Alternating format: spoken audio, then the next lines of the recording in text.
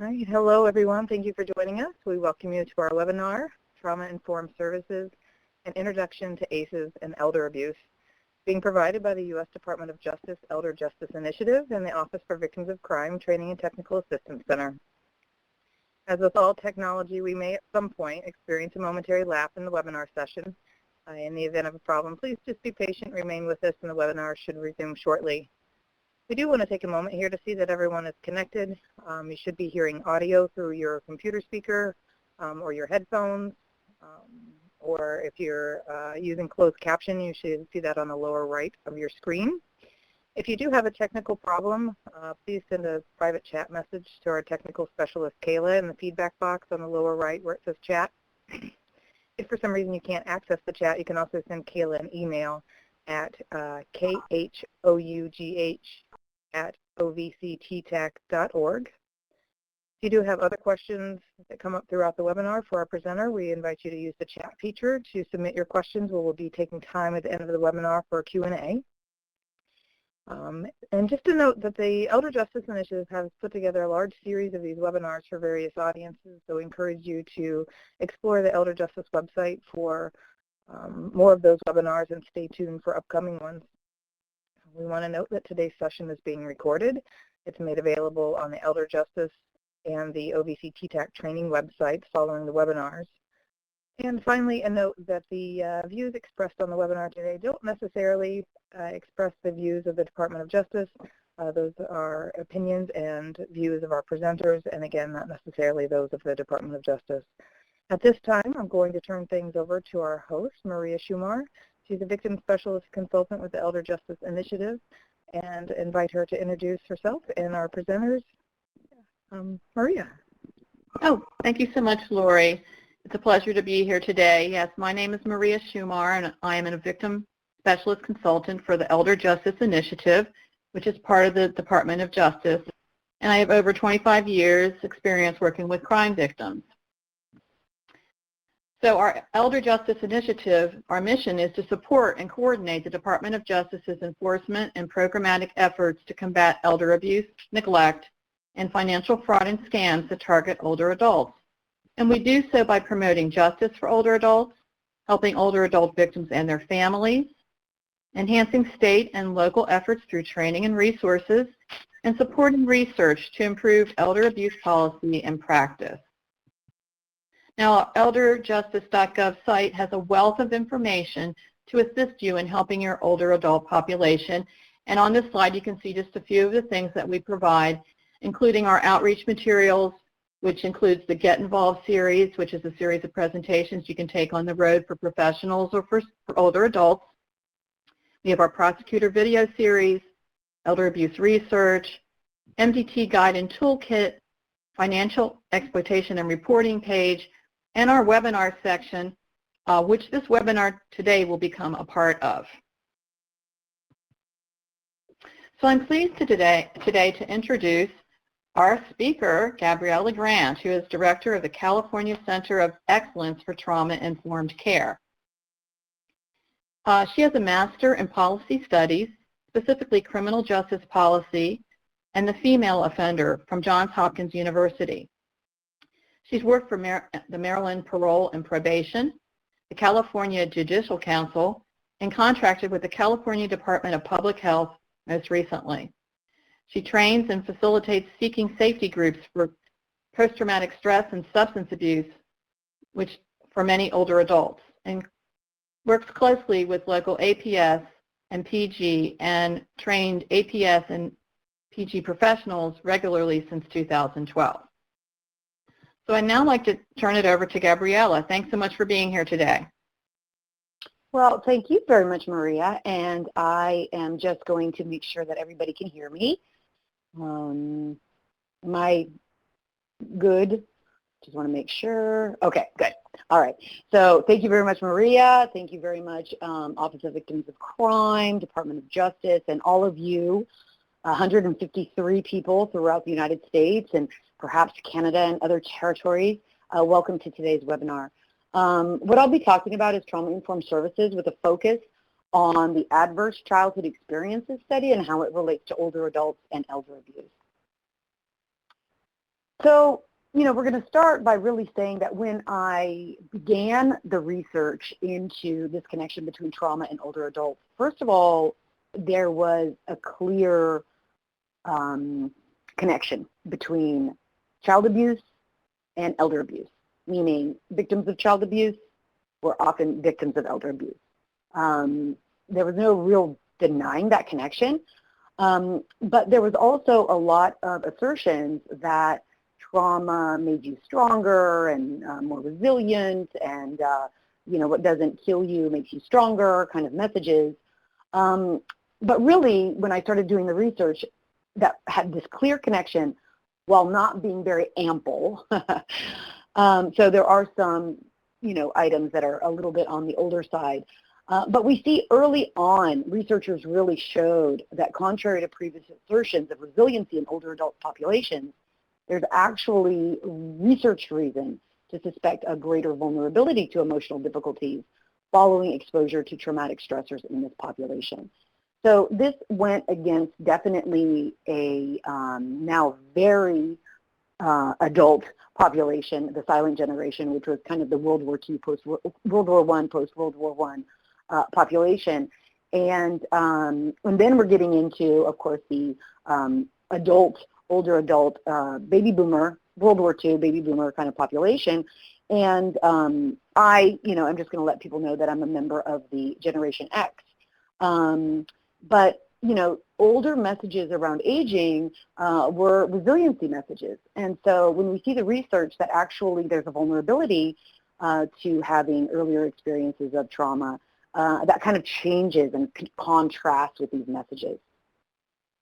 When we talk about trauma-informed, especially, when I first started making these connections and talking about it with Adult Protective Services and public guardians, as well as other older adults who were coming to my Seeking Safety group, we want to approach this connection from a trauma-informed perspective. So I'm going to be talking mainly about the ACEs, broadly about trauma, touching upon the research, but we're going to do it through a trauma-informed lens. And the lens that I particularly use is the SAMHSA lens, and that is encapsulated in the relatively long but very fruitful and interesting Tip 57, freely available for download, and we do have that link there for you guys.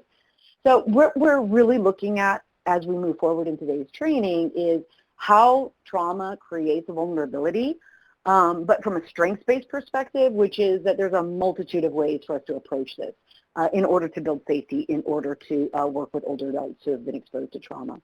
So, I think that now, many years later, 2018, many of us have already realized the widespread impact of trauma on the older adult population, and many of us also understand potential pathways for recovery. As a matter of fact, if you came onto this webinar and you already knew that there was this connection between earlier experiences of trauma and future or current struggles due to prior experiences of trauma, let's just raise our hands. There's like a little raise your hand situation. I'm going to raise my hand right now. Okay. All right. So, a lot of folks. I'm going to unraise my hand. I'm going to lower my hands now. So we got that part. Then we're going to recognize the signs and symptoms of trauma in older adult clients, the families of older adults, staff who are working with older adults, and other people who are working in the system related to older adults. So I feel like we're a little bit in this zone right here according to the SAMHSA model, but ultimately what we want to do is respond by fully integrating this information about trauma into the policies, procedures, and practices. So, realization and recognition are good initial steps, but ultimately we're going to look at our policies and our procedures and practices in order to more actively resist re-traumatization, in order to more actively reduce the chances that our services that are aimed to assist older adults, that we don't actually make the situation worse. At a minimum, do no harm. So for those of you who are not already familiar with Tip 57, highly recommend it, a very good foundational approach and free. Thank you, SAMHSA. And SAMHSA offers us something that I think is very important in the tip 57. In addition to that model that we just went over, it also offers us a common definition of trauma. And I usually go over this definition literally for about an hour, but today I am only going to go over this for a minute or two. And what I'm going to suggest as a first, practical policy step in moving forward on the trauma-informed basis towards addressing abuse in the life of older adults is to have your agency adopt a common definition of trauma. You do not have to adopt SAMHSA's definition, but I'm going to offer you SAMHSA's definition. So SAMHSA defines individual trauma as resulting from an event, series of events, or set of circumstances that is experienced by that individual as physically or emotionally harmful or threatening, and that has a lasting adverse effect on the individual's functioning, physical, social, emotional, or spiritual well-being. So this definition, which we can really plumb and investigate quite, interestingly, I guess I'll say, can also be quickly kind of brought down into three component parts. I like to call that a formula. And you can see that first, the red, is exposure to negative events. I don't think many of us would disagree that the longer you live, the more possibilities there are that you have or will be exposed to a negative event. So a risk factor for trauma is just naturally age. The older you are, the more life experiences you've had, the more possibilities there are that there's been this exposure. But we're going to see that people who, and we're going to look to the ACE study in order to make this argument, people who were exposed early in life actually have this increased risk for a variety of issues later in life. That's perhaps even the takeaway from the ACE study. But one thing that I want to make very clear is that exposure to a negative event is non-diagnostic. It does not mean you are traumatized, have trauma, live in trauma, have PTSD, you need treatment, but it does increase risks for all of those things. I like to kind of allow us to contemplate this in another way, which is through exposure to a contagious bacteria or virus. Let's just take the HIV virus, for example. If I've been exposed to the HIV virus, does that mean I'm going to get HIV/AIDS? I don't know. Do we have yes and no here? Probably a poll. Agree or disagree? So the question is, if I've been exposed to the HIV virus, does that mean I'm going to get HIV/AIDS? And the answer, I'm just going to say is no. However, it does increase my risk. And the more I'm exposed to the virus, the more my risks increase. So there's this dose dependency, right? The more you're exposed to the HIV virus, the more risk you have of developing HIV. We're going to say that's the exact same dose dependence that we see with exposure to negative events or traumatic events. That you've been exposed does not mean that you're going to get trauma, PTSD, or any other kind of adverse lasting effects, but it does increase risk. The longer you live, the more increased those risks are. However, we're going to see that those earlier experiences are even more predictive than just age exposure or age as a risk factor. So that negative event then has to induce a harmful experience on that individual. And I'm going to kind of call that a negative C, just like E for the negative event is exposure. Negative C means that the exposure to that negative event is so harmful or threatening in its experience as individually experienced by that individual that it overwhelms the person's systems of coping, internally, externally. Their internal body operations, their immune system, their hormonal system, their digestive system, their many other systems that we have internally, as well as the external system of coping, which are our social supports. So the more exposure a person has, the more risk there is going to be that these exposures will overwhelm the person's systems of coping. That is normal short term. So key to our definition is that word lasting. The DSM, the Diagnostic Manual for mental health problems looks at PTSD as requiring 1 month post-event. So if a person is having PTSD symptoms 1 month post-event, diagnosis can actually happen. Although many professionals do not diagnose PTSD until 3 months post-event. I conduct a treatment called Seeking Safety by Dr. Najovitz, and she says that if PTSD symptoms are lasting 5 months post-event, we have got the beginnings of a chronic condition. When we look at the older adult population, especially in populations that we can study, so for example, older adults that are in community-based mental health, very often those PTSD symptoms are related to events that were 20 years or earlier. So we have, sometimes some extremely chronic kind of symptomology in the population that we're talking about today. But we're still not technically done with the definition, because there's that next thing, that there's these lasting effects, lasting adverse effects on the person's functioning as well as on their well-being. And that's where our services are usually kind of coming in. We are looking at somebody who is individually struggling with their functioning, struggling with their well-being on a physical, social, emotional, or possibly, depending on your agency, spiritual well-being.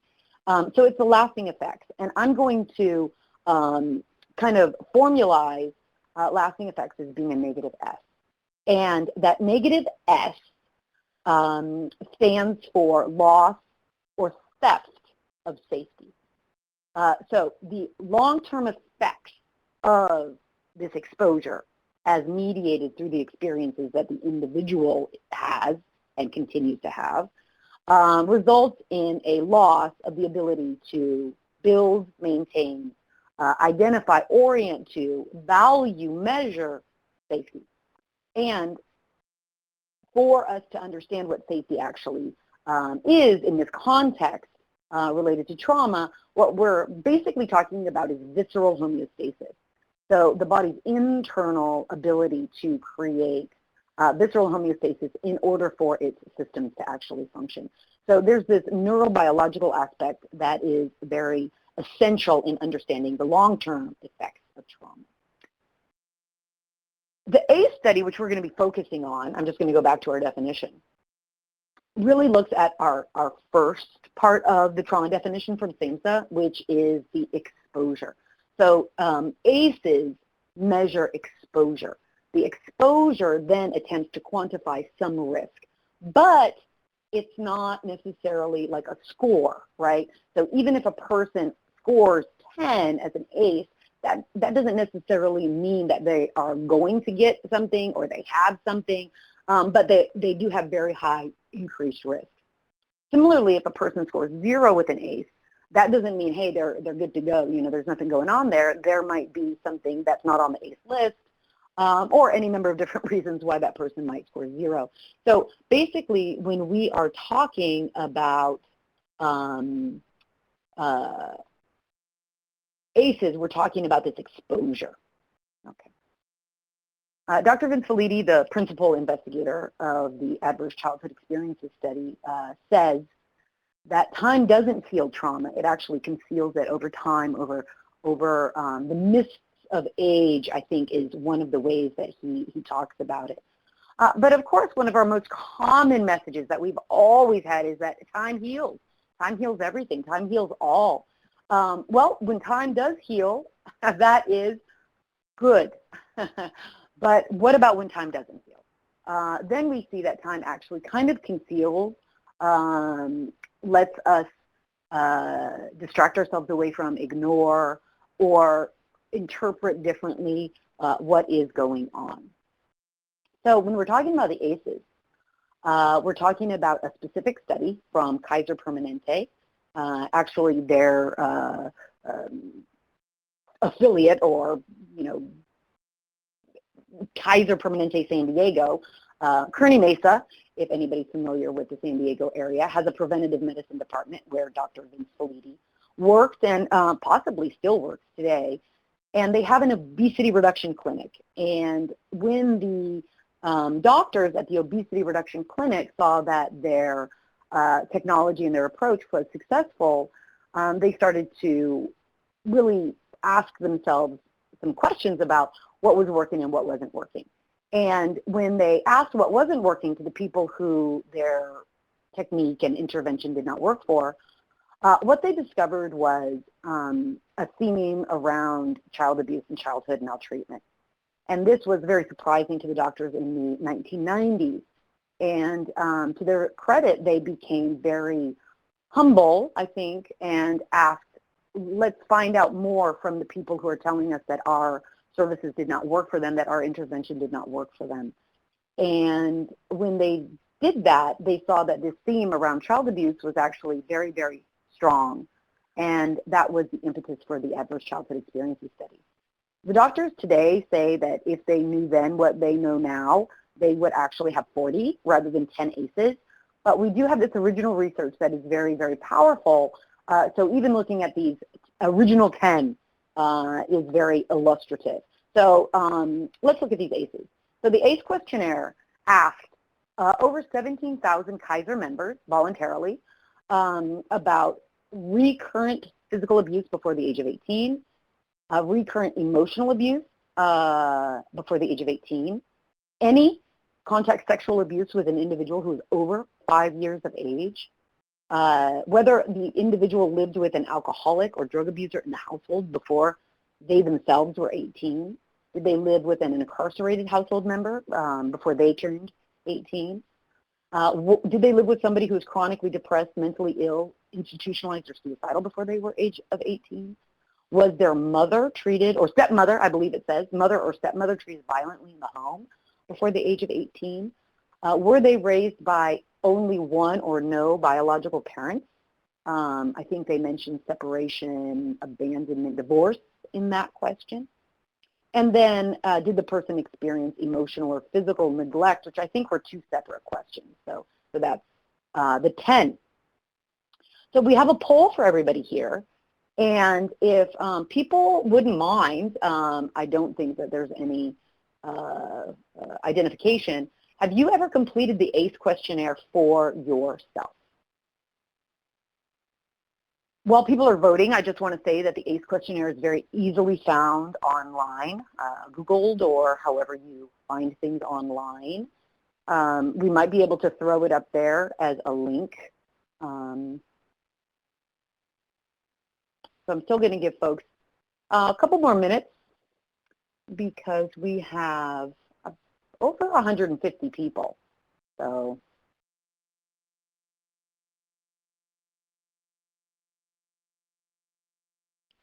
I'm going to give folks 10 more seconds to vote.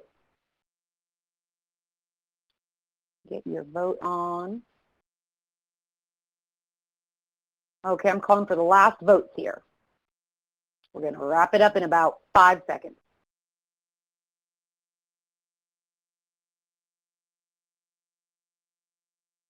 Okay, okay. So, well, we've got slightly higher no's to yeses, but almost kind of like a 50-50 situation. Okay, all right. So, food for thought. You know, asking ourselves these questions and might be helpful. And then we have another question. So now we have another poll. So we get a twofer here. And this is, have you ever used the ACE questionnaire with a victim, client, survivor, consumer?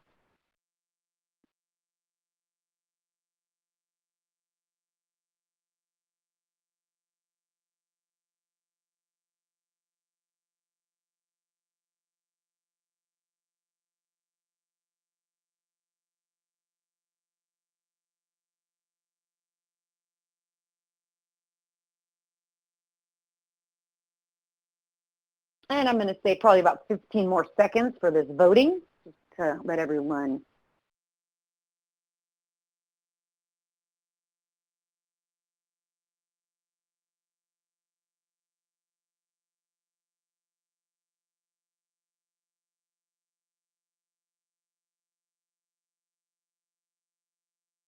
And 5 more seconds. And I think that the technology just takes a couple of seconds, so people might have already voted and it just keeps on kind of clicking over a little bit.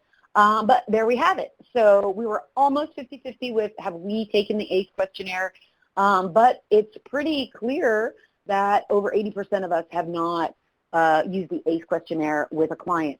I'm neither suggesting that you should use it with a client or you shouldn't use it with a client, but just to see what we have and have not done. But I'll be talking about it for the rest of our webinar. All right. So when we look at the ACE questionnaire and those questions, so before the age of 18, did any of these things happen to you, these 10 categories of early childhood adverse experiences? What the ACE study was able to show at a level that was so consistently predictive of future development of behavioral and physical health problems, that the Center for Disease Control and I think they added a word there, has taken over this data set. As a matter of fact, Robert Anda from the CDC says that rarely, if ever in epidemiology, have they seen a dose-dependent, stepwise, exponential, correlative model like the ACE study, in epidemiology. So when we say stepwise, exponential, dose-dependent correlation, we're talking about a lot more of a strong association than simple correlation. And you can see that right here with this slide, which is that there's this stepwise, dose-dependent, exponential increase of risk depending on how many ACEs the person reports. We see this with ever having a drug problem, ever being addicted to drugs, or ever injecting drugs.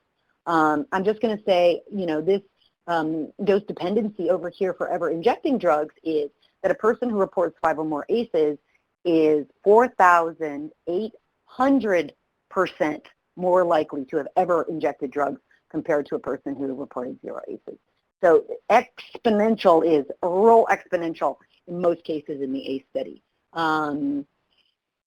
When we look at drug use and the older adult population, we are often seeing higher rates as our population, continuously ages, but different generations are aging. And so the baby boomer generation has brought actually higher levels of drug abuse and drug use compared to prior older generations, perhaps more willing to report them or perhaps using more drugs and other substances. What we also see when we look at the older adult population is high risk for suicide. If you look at age-related suicide statistics, I'm more familiar with California statistics than the rest of the country, but I'm also relatively familiar with national numbers.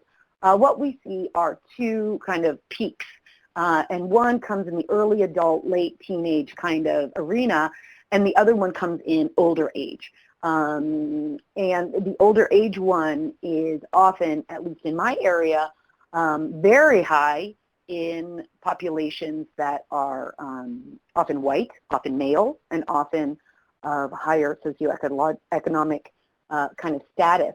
So we see kind of some interesting trends emerging with older adults in suicide. But we also see just an increase in suicide and suicidality with younger adults and with the older adult population. And we see this association between ACEs and suicide attempts. So, if a person has attempted suicide, the chances that they have had more than 0 ACEs is pretty strong. As a matter of fact, if I'm working with an older adult, or indeed anybody who has attempted suicide, they kind of are telling me their ACE score in a certain sense. I kind of now, if I'm working with somebody in a treatment or service orientation, I kind of now don't really need a person to disclose. Their behavior is disclosing.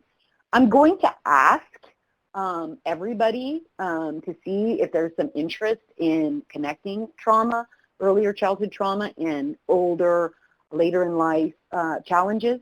But many people don't want to make that association, and that's okay because I'm making that association. I already have that awareness and recognition myself. So I'm not forcing anybody to take the ACE questionnaire, but I have this information about the ACE questionnaire already with me. We see this association between trauma and aging. Trauma poses a threat to the successful aging process by interfering with interpersonal relations and productive activity. We can say that older adults, all of us, have received messages that as you age, you lose function and independence, that you lose important people, due to death or dementia or other, older life event kind of more probable situations. But what about early childhood trauma? That's not usually kind of like added into the mix. What about isolation? What about individuals who are still alive at an older age but don't walk outside of their door? Or what about individuals who are chronically ill?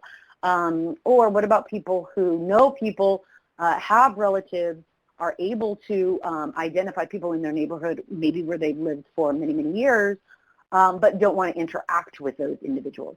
So it's not just a matter of the natural course of life aging process that reduces capacity, functionality, what we often call productivity, and social interaction. It's actually also ACEs, or exposure to early childhood adverse experiences. So this predictive thing of, prior victimization and struggles later on in life. So we see in this slide from the ACE study that individuals, the higher the ACE score reported, the more likely they will have had called in 2 days the month before, absenteeism, the more serious financial problems they will have, and the more serious job problems they will have.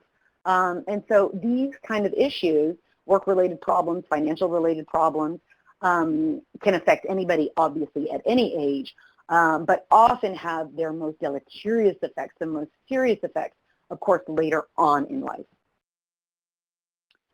We also see the research in the, aging, elder abuse, geriatric studies field that a prior traumatic event was associated with an increased risk of elder mistreatment, a finding also observed in the literature on younger adult mistreatment. So older adults have this association just like younger adults do, where if you've been victimized before, you have this higher rate of victimization. I remember when I first started in this field, there was a lot of folks who said, children that were maltreated might seek revenge on their parents later on in life and mistreat. So a kind of victim to perpetration pathway, but that's not really strong in the literature. What's much stronger is victimization to victimization pathway. So prior victimization predicts future victimization much more strongly than future perpetration. An interesting concept. And we see another one, child abuse is found to be a notable risk factor in the studies of older adults who are abused or neglected by a caregiver or partner. So not the revenge kind of message, but just victimization to victimization pathway. And we have some research in the ACE study for this as well. So we see that early adverse childhood experiences, all before the age of 18, predict the risk of being an adult victim of domestic violence. For women, again, that stepwise, dose-dependent, exponential correlation, stepping on up there, according to the ACE number reported.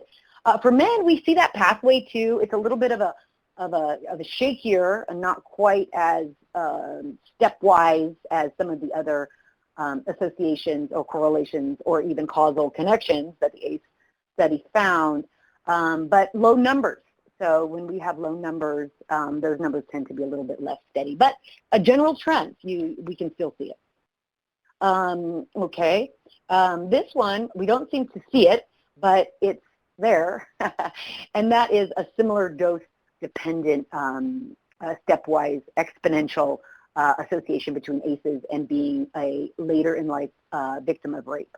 So we do see, however, the exponential increase. It says people with an ACE score of 4 or more were 8 times more likely to be a victim of rape later on in life compared with people who scored an ACE score of 0. So there's also a little graphic there. It just didn't come through in the technology. Remember that the ACE study was a medical study. It was done by a large HMO here in California that might be in other parts of the country now called Kaiser Permanente. And Dr. Felitti, in his speeches, often says that adult diseases can best be understood as the manifestations of distant childhood events. This really flies in the face of a lot of messages that we receive about disease, It makes us tip a little bit more towards nurture over nature, although nature is definitely in the mix. It's not mutually exclusive.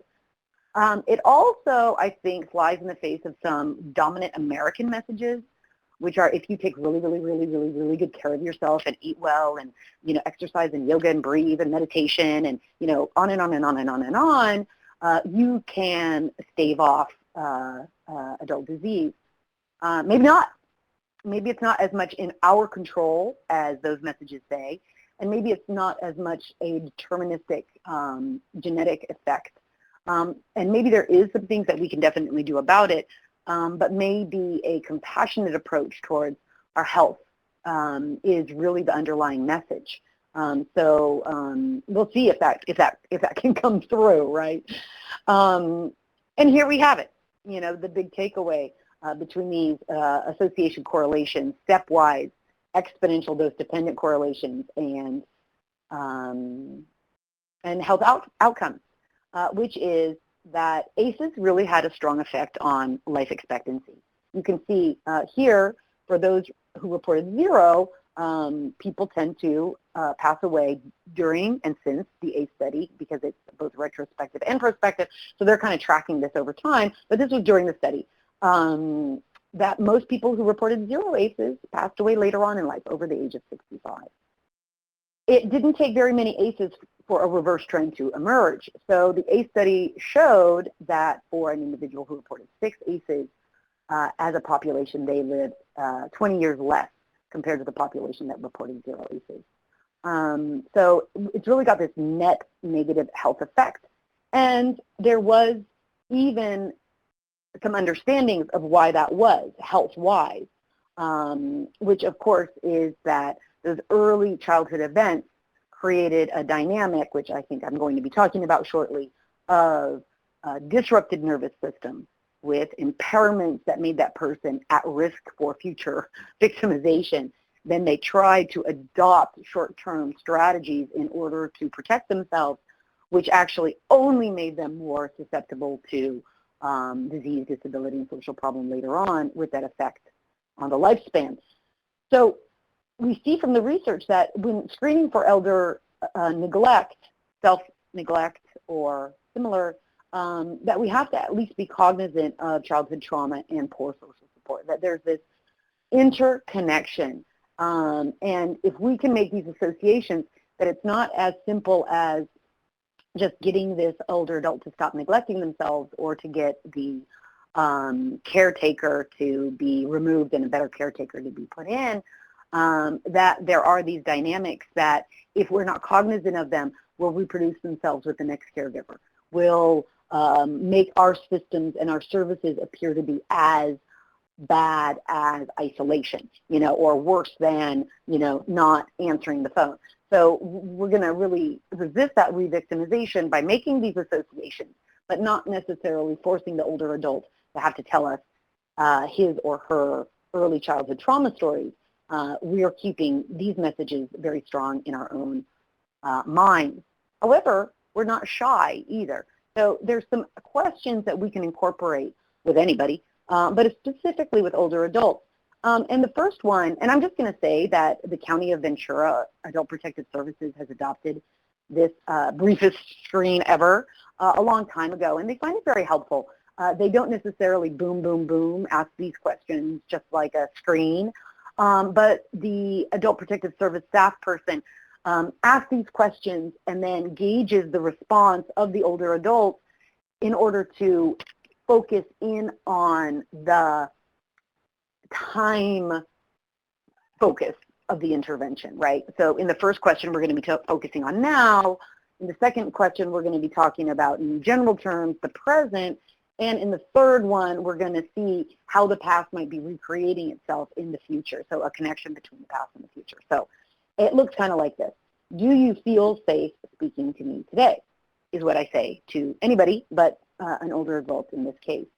And I'm curious about how this person is going to answer the question. Oh, yeah, sure, no problem. Very relaxed, very easygoing. Okay. But if it looks like they're not all that comfortable talking to me, then the intervention has to focus in on right here and right now.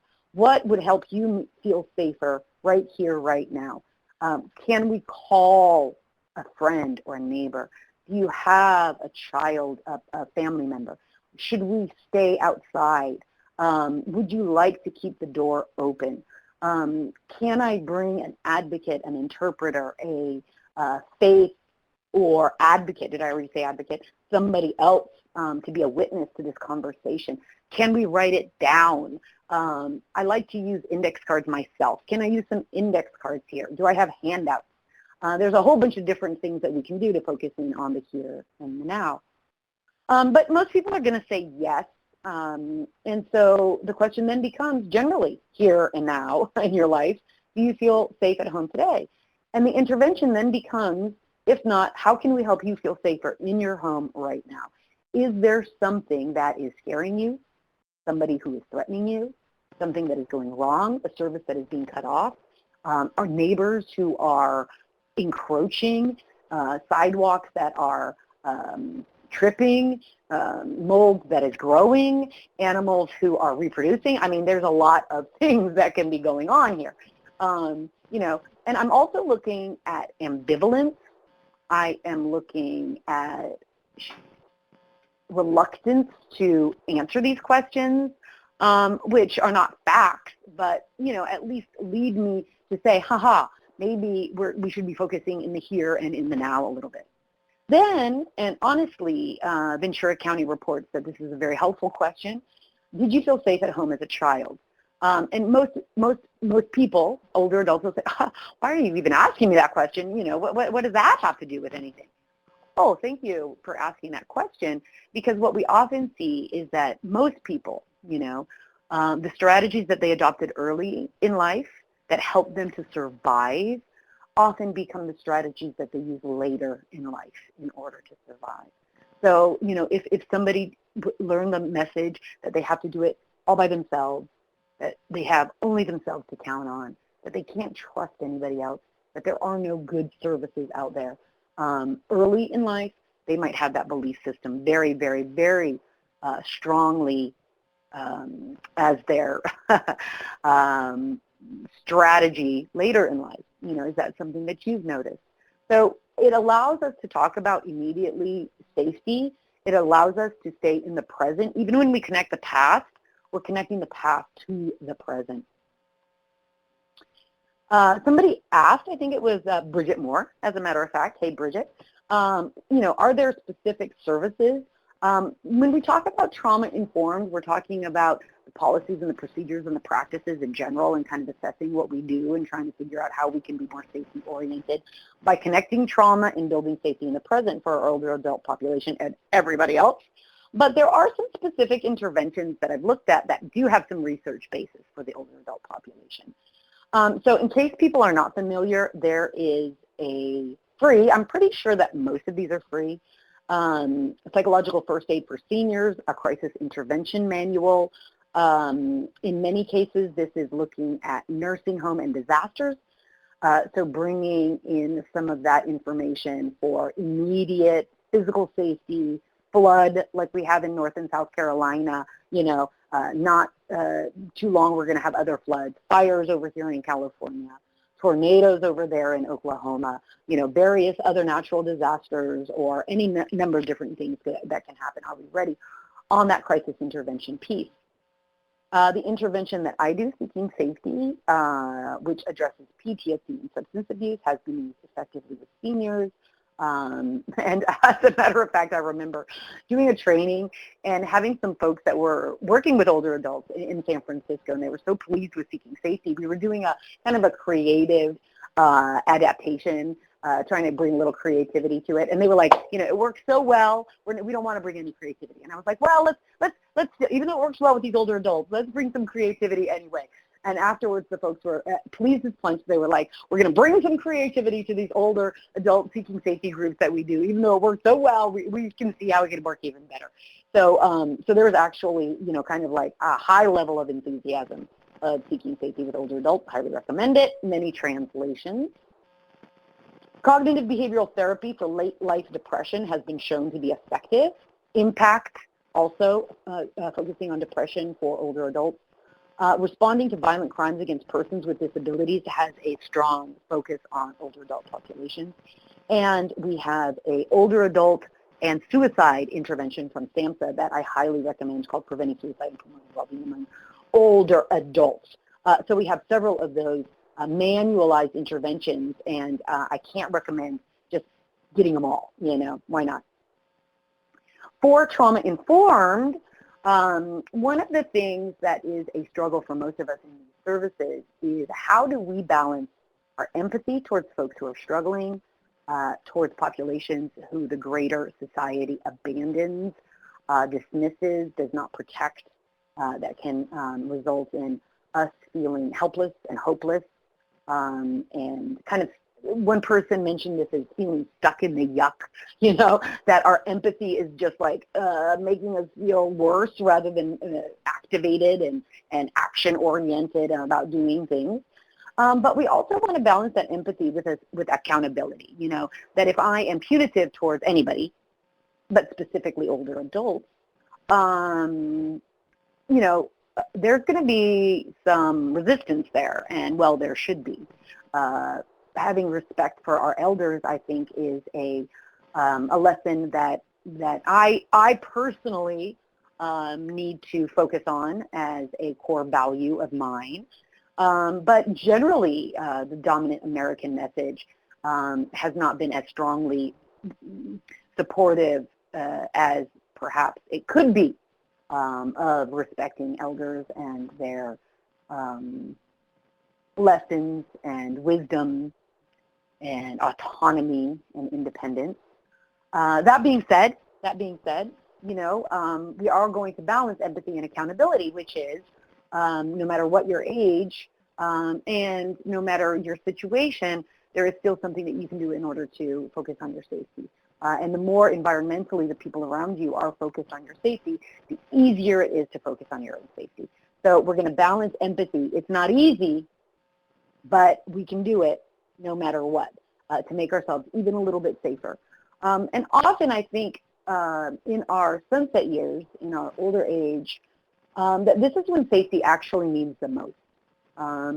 When you're younger, we don't often think that safety is the #1 priority. We take it a little bit for granted, or even want to take some risks as a natural part of development. But it is later on in life where safety is very helpful to allow us to deal with the reality of the situation as we move forward in our age. So what we're suggesting from a trauma-informed perspective is becoming a safe connection, which is consistent across all people, all clients, regardless of their substance abuse, their suicidality, their trauma histories, their willingness to participate. Really seeing that people who are struggling to solve a problem and have been solving these problems for a long time. We're going to practice unconditional positive regard, which is a non-harming model, and balance our empathy for our population. It's not easy. And accountability. There is always something that we can do in order to make things safer. We want to use an invitational approach with older adults, with everybody, but specifically with older adults.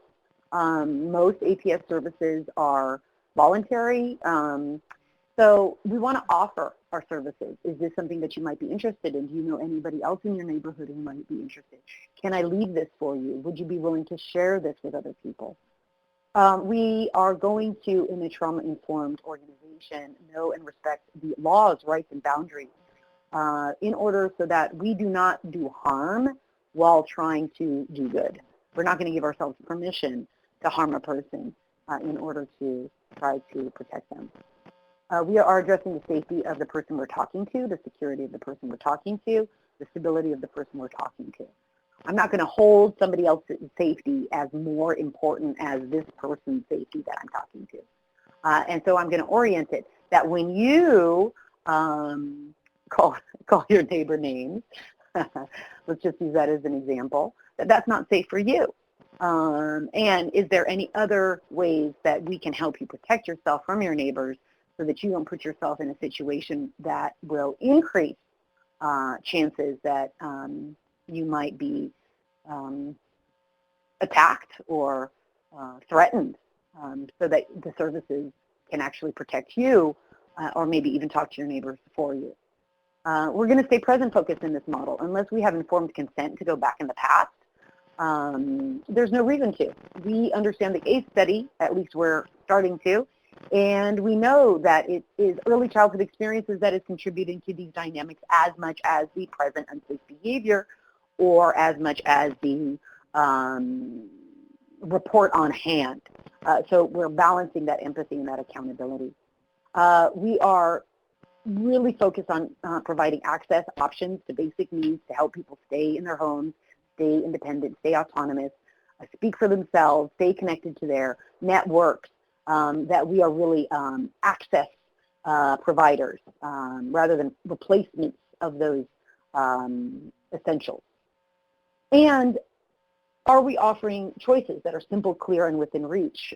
Seeking Safety has a list of 84 safe coping skills. They're like superpowers for older adults and anybody else too.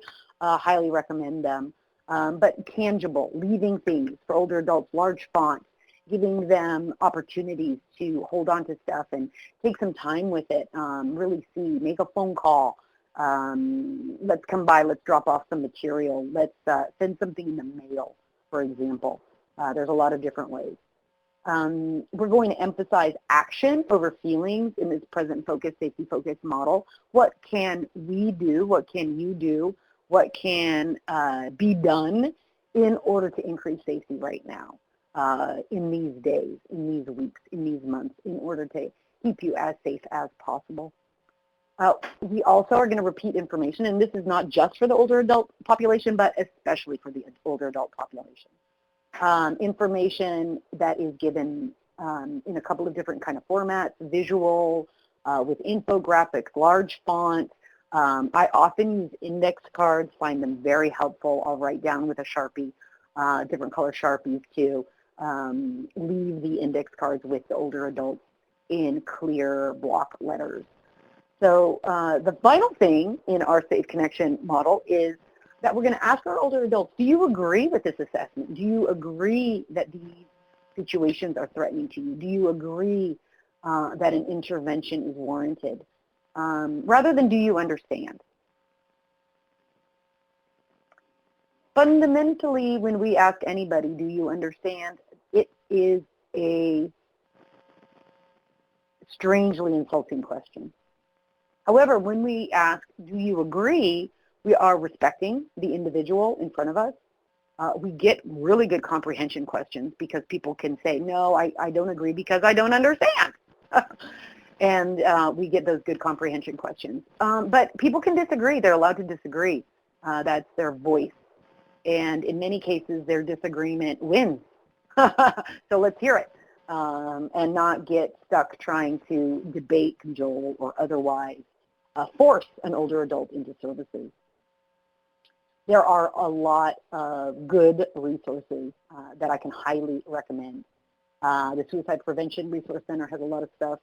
The National Council on Aging, the Elder Justice website will be given to you at the end. California here has an Adult Protective Services Directory, the National Adult Protective Services Association, and here in California we have the Center for Excellence on Elder Abuse and Neglect, which is co-located in UC Irvine. So we have a couple of minutes, and I'm happy to see if there's any questions. Gabby, I had a question. It's Maria here. Great. You know, your the part where you ask the older adult, did they feel safe as a child at home? Yeah. Do you find that opens up for a lot of discussion? Are people, you know, open to discussing that with you? Well, like I said, you know, it's been used in Ventura County Adult Protective Services now for several years, and they find it very beneficial question. And typically people respond with a, why are you asking me that, right? With a, why do you want to know that?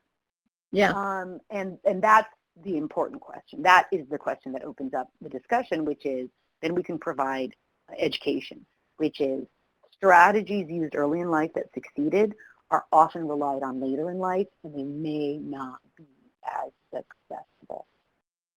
Right. Thank What you. strategies did you use as a child that you're still using now? What strategies are you using now that are or not successful?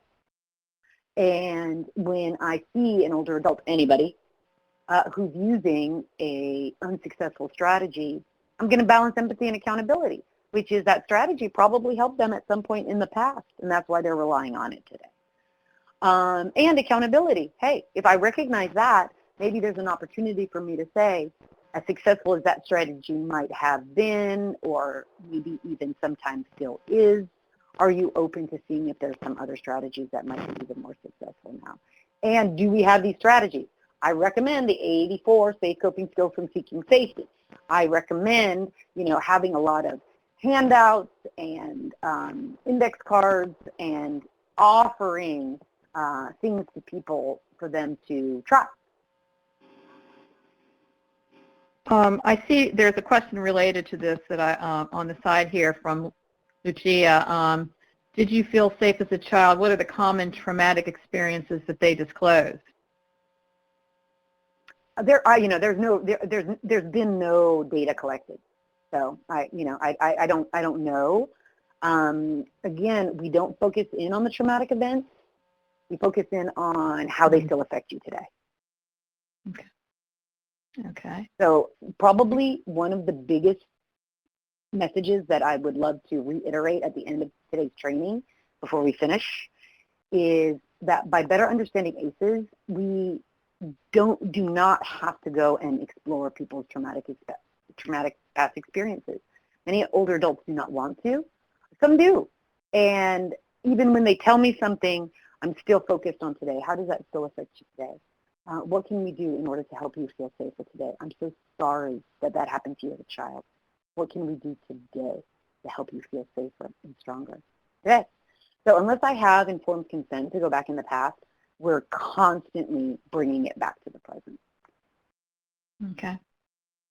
And there's two individuals who have asked this. Are any other APS offices around the nation using the ACEs connection to screen for abuse or neglect? I would say we have to do it in the other way around, which is if you're working with somebody who is a victim of elder abuse, elder neglect, self-neglect, hoarding, all the things that we might be involved in older adults' lives because of, we need to know that that struggle right there is telling us that there is a high probability of ACEs in the background, rather than using it as a screening tool for later in life. Elder abuse, right? So it's kind of like looking at it backwards rather than forwards for our purposes, later in life. Okay. All right. We've got a couple more questions here. Let's see if we can do them. I would love to answer these questions, but unfortunately, I think we're going to have to call it a day because we have some questions. Okay. So we've got a poll, and poll number 3 says, do we have poll number 3 coming up? Are we going to miss? Okay. So poll number 3 is looking really at that safe connections thing.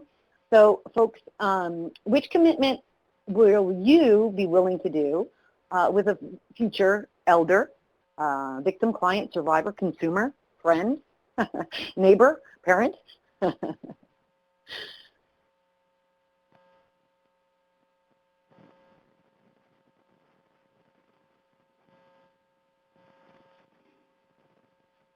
We're going to be using that invitational approach. Why not? It's so respectful. We're going to know and respect laws. Why not? It's the law. We're going to address that safety. This is fantastic. Do that asking for agreement thing, people. It is pretty powerful. Do you agree with our recommendations? Wow. That really conveys respect of our elders in a way that very few other things do. We're going to repeat information, build those self-regulation skills, emphasize action over feelings, When we're safe, then we can reflect on our feelings. offer those choices. Sounds really good. 5 more seconds. Okay, I think we're going to do it all, to tell you the truth. I'm going to end that poll. And we just got a final poll, everybody, which is, did you find this presentation helpful? We'll give folks a good 15 seconds for that one.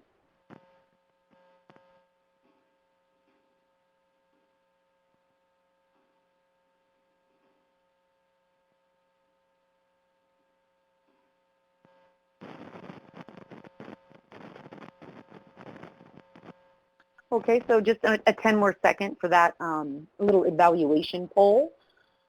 Thanks very much. And for those of you who found it helpful, fantastic. For those of you who found it somewhat helpful, please let us know what you found somewhat helpful. If you did not particularly find anything helpful, let us know what you were looking for so we can try to put it in at the next time. And with that, everybody, I want to thank you, and I'm going to hand it on over to Maria. Sorry for shutting off those questions. But Maria, maybe next time we can answer them. Thanks a lot, everybody. Thank you so much.